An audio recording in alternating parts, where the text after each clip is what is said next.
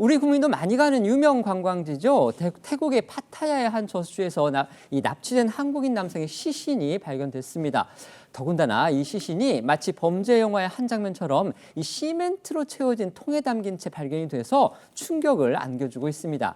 용의자가 한국인 3명으로 알려졌고요. 또 이들 가운데서 국내로 입국한 1명 어제 경찰에 붙잡혔습니다. 자세한 내막 전해주시죠. 네, 이 태국 현지 시각으로 지난 11일 밤 이 잠수부들이 파타야 한 저수지에서 수중수색을 벌여서 이 대형 드럼통을 발견을 해냈습니다. 이 성인 남성 여러 명이 힘겹게 꺼낸 이 무거운 드럼통 안은요, 시멘트로 가득 채워져 있었고 이 한국인 30세 남성 A씨의 시신이 들어 있었습니다. 현지 방송에 따르면 남성 A씨는 신체 일부가 훼손된 상태였다고 하는데요. 현지 방송은 이 범죄 행위에 대해서 이게 이제 이 지문 채취 등으로 피해자의 신원 파악을 못하게 방해하려는 이 용의자들의 수법으로 보인다면서도 만약 사망 전에 신체가 훼손됐다면 고문의 일환일 가능성도 있다라고 해석했습니다.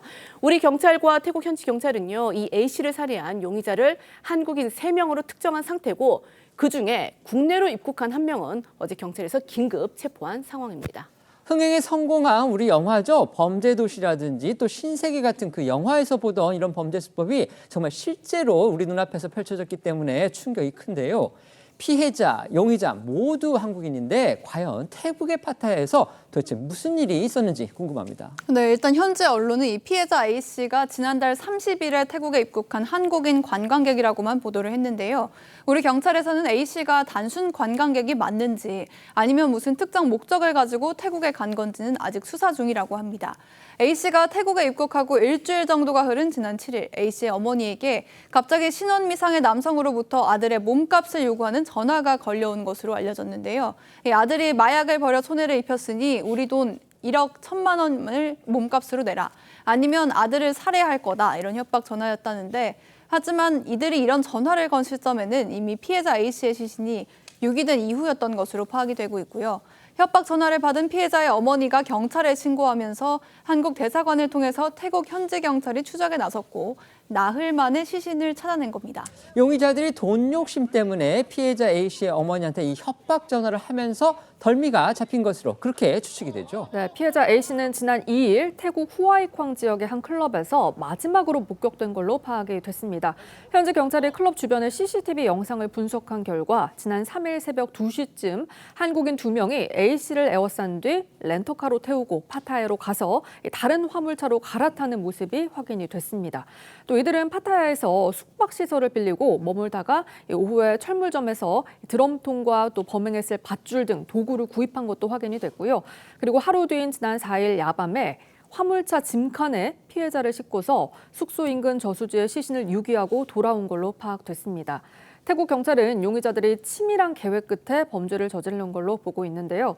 피의자 중 1명은 4년 전부터 태국에 8번 드나들어서 현지질이 익숙한 걸로 보인다고 현지 방송이 전하기도 했습니다. 말씀드린 대로 용의자 가운데 1명은 태국에서 국내로 들어와서 어제 우리 경찰에 긴급 체포됐습니다. 하지만 경찰 조사에서 혐의를 모두 부인하고 있다고 합니다. 네, 이 용의자인 20대 B씨는요, 지난 9일 태국에서 한국으로 귀국을 했고 어제 오후 이 자신의 주소지인 전북 정읍의 집 앞에서 경찰에 긴급 체포가 됐습니다.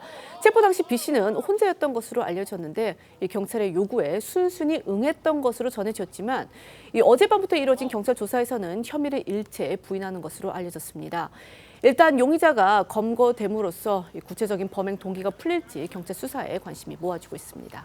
우리 경찰은 나머지 공범 2명의 태국 출국 사실이 확인되지 않고 있어 아직 태국 현지에 있는 걸로 보고 현재 경찰과의 공조를 통해 이들의 행방을 계속 쫓고 있는데요. 이 두 사람이 태국에서 잡힐 경우 우리 경찰은 피의자와 피해자 모두 대한민국 국민인 점을 들어 송환을 시도할 걸로 보입니다.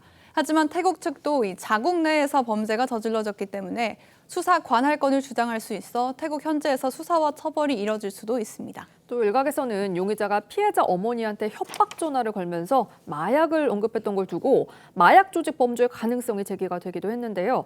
관련해서 경찰청 관계자는 구체적인 내용은 수사가 더 진행돼야 파악이 가능하다고 밝혔습니다.